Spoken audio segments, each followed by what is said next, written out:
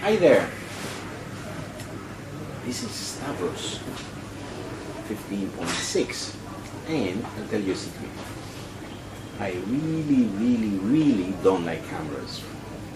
Now, the reason for that is over the last like 11 years, 12 years, I've had to work with a lot of cameras as part of my freediving activity, and for me they've always been a tool, and especially if you're talking about underwater cameras, it can get really tricky. You get cameras drowning, you get housing leaking, you get batteries running out, you get so much trouble. I mean, just imagine when I started being involved with cameras, we were still dealing with mini DV tapes, so every 45 minutes everything had to come out, get rinsed, dried, and then go back to filming your diving. So it was really tricky back then.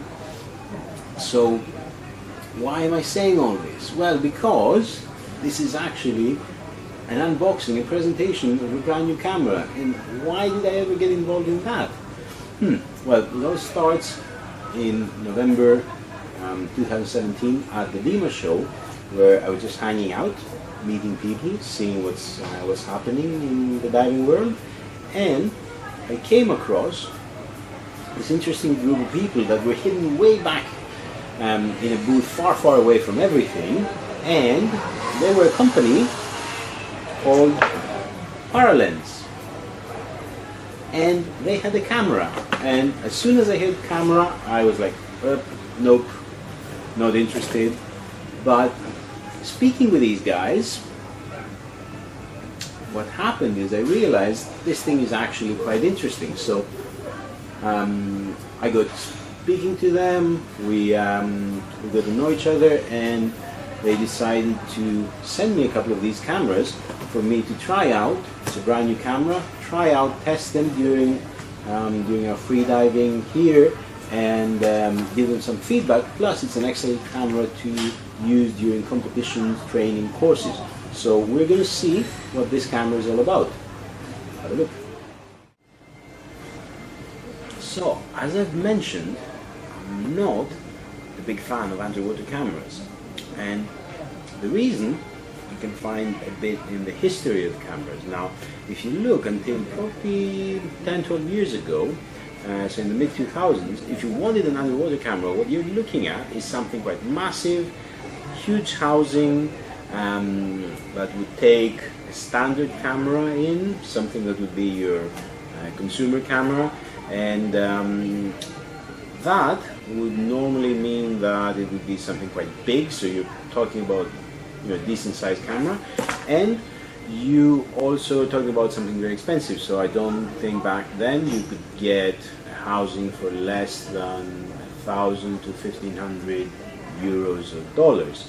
Now, what changed at that point, about 12 years ago, is you started getting action cameras, which were designed to be used in different sports. So they were meant to get to be possible to get wet, which usually meant they were putting the housing, transparent plastic housing, to keep the water away, and divers, free divers, spear fishermen started taking these underwater. And most housings, because they were decent, half decent, you could take them to about 13-14 meters without any issue.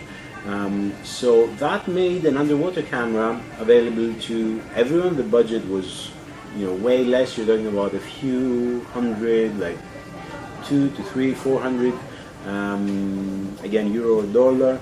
You're buying a camera and a housing. So all of a sudden you started seeing everyone filming and taking photos underwater, and the quality was actually quite decent. Now, my issue at that point was that these cameras were, and the housing in particular, they were quite flimsy. So they were not designed for really hard work underwater, getting like housings opened and closed up again time after time. O-rings are still a problem. So my experience with those, because I have used them quite a lot, is that you ended up having a lot of them drowning, having problems. So about 2 years ago, 3 years ago, I just stopped using them. Now, what we have here with the PARALENZ camera is making me reconsider all that, because with this camera, and that was one of the first things that that attracted me when I was speaking to the Paralens guys at the DEMA show, is that this is an integrated camera and housing, and this is a metal construction. So this is like a one-piece metal construction camera, which means it's quite rugged, it will not just fall apart on you, and it is designed primarily to be a diving camera. So let's stop me yapping, let's unbox this. So we're gonna unbox this and see what you get when you're buying a Paralens camera. Now, quite nice box, and there's a box inside the box. Now what you get, and this is probably quite useful, you get a little case which holds the camera, and then inside the quite black box you have several attachments for the camera. You have a standard mask attachment, so this you get the camera side of your head, and this is just a standard attachment which would go into any GoPro type mount. And in the box you also get your manual, which is quite an extensive manual, and I have to say this is the Paralens camera. You have to read up on it. It's a very high-end tool, so it's not just plug and play, but for people like myself who just want to get at it, you also get like a checklist and a quick start guide, which will give you initial information to just get your hands on the camera and working, using it quite fast. Now you also get a gazillion stickers to stick everywhere you can. Now, looking at the main camera, the box is actually quite nice, and it is the type that you can throw into your diving case, and it'll keep the camera a bit safe from getting bumped around. Now what you get is, you have of course the main camera, and this is the camera itself, and we're going to go over it in a lot of detail in the next few minutes. You also get your USB charging thingy. It is kind of a funny USB. It is not the standard telephone type USB, so be careful with this. You have your little loop thing to attach it to your arm. You have silicone grease, and you have 3 more O-rings. Now when I saw this, I was like, oh, these guys are quite nice, they're giving us plenty of O-rings, but I'll show you why you need 3 in just a few seconds. Okay, so let's have a look at the Paralens camera in a bit more detail. First thing I love, like, this is all metal. It's quite a strong housing. It feels very well made. It's quite compact as well. As you see, it'll fit in your wrist. It's the size of a very small torch. The way the controls are arranged is quite smart. You have this ring here, which changes the function. And then, so from on-off to video record to photo record to any other selected function, to the system menu and locking your camera. All of these are operated by the pull button here. So pulling for a few seconds activates whatever the function is you want to activate. Now the interesting thing with this, because it is designed as an underwater camera, is that you get feedback of whether the action you selected happened or not with vibration. Okay, and in the latest firmware you actually get different vibrations. So if you get turning on and starting the camera on record mode, you will get a longer vibration. When you turn it off, it's a different vibration. So now you know exactly what's happening in your camera. There is also a tiny little screen in the back here which tells you what's happening. For example, now it mentions that we don't have any SD card in there. You can change it, and now it's saying that it's in video mode, and the video mode is selected as 1080p 30 frames per second, and also you have a battery indicator, and it actually gives me the battery life, which is 24 minutes. I haven't really charged this camera, we just got it out of the box. On photo you get the snap indication. It says that this is a JPEG recording. Then, as I said, this is the custom selection with a little star.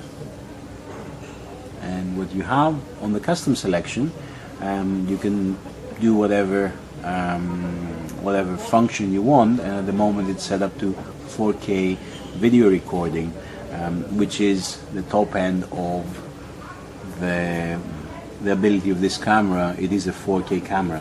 Now, because I don't want to drag on too long, I'll give you the main features that I find attractive in this camera. One is that it is an all-metal construction. So for me, the way I'm going to be using an underwater camera, it means that this thing is going to last. The other thing, 4K, yes, it's good. It's necessary in some projects. I guess in the future this is going to be the standard. So the actual resolution is really good. Now, for my taste, this actually has a few other features that are amazing. One is that when you're recording underwater, this camera is more than just a sensor and a recording device. This is actually recording pressure and temperature. So this has sensors for pressure and temperature. This is a dive camera. So that can be overlaid in your video footage, so you can have the temperature and the depth recorded right there along with your footage, and then can be combined, and you can have an output file that shows the profile of your dive and along with the footage. Now, the other thing that is really cool with this is, because as we said, it's basically a computer in there, it will color correct for the depth. So you know you're going deeper, you're losing some colors, so this camera automatically corrects so that you are seeing a correct image irrespective of the depth, color correct image. So no more having to apply filters in front of your lens to fix that. And you know, in underwater footage you end up getting a lot of people surfacing and having their lens still on, and then having red looking footage on the surface and being quite yucky. So this actually fixes all that.